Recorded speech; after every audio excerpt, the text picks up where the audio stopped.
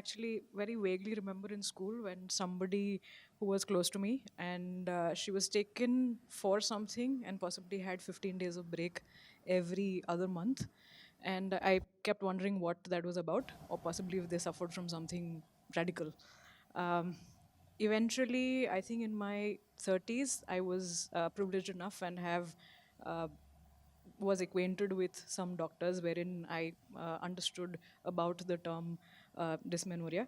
And that's when I actually got acquainted with it from a colleague who was actually very much in pain, had to take about half an hour breaks, and I didn't understand for a month what was happening or what was that about, is when I was introduced to something like dysmenorrhea. Essentially, we forget that we are majority traditional society still, and we have a lot of villages still existing wherein this is completely a taboo and they even refrain from mentioning it. And about 30-40 population which is actually educated, we still only talk to possibly our closest peers, and that's about it. We do not even discuss it with our parents or siblings or xyz. And that's something that needs to break, that's something that needs to be added as a value. 70% of women will uh, power through anything that they're going through unless it is the waters over their head, essentially, is how we're built culturally, and we will still continue to be that way. Then we will approach a doctor when it actually if we are Not. in our heads. So if Dr. Gadam would agree, but that's how I think is a stigma which we need to break first. Like if we have to carry a kit just to be on a safer side during a menstruation and everything, what is it that you would like to carry, and how do you keep yourself safe?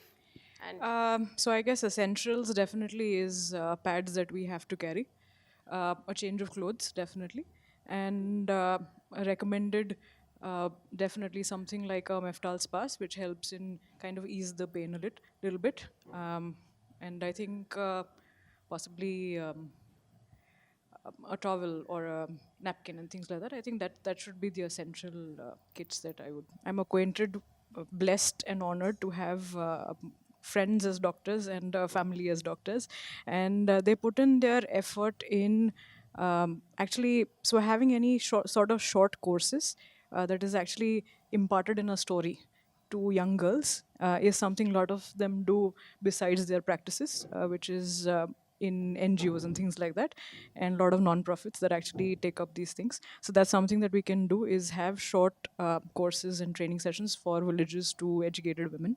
That would definitely help path breaking and the taboo on dysmenorrhea for sure.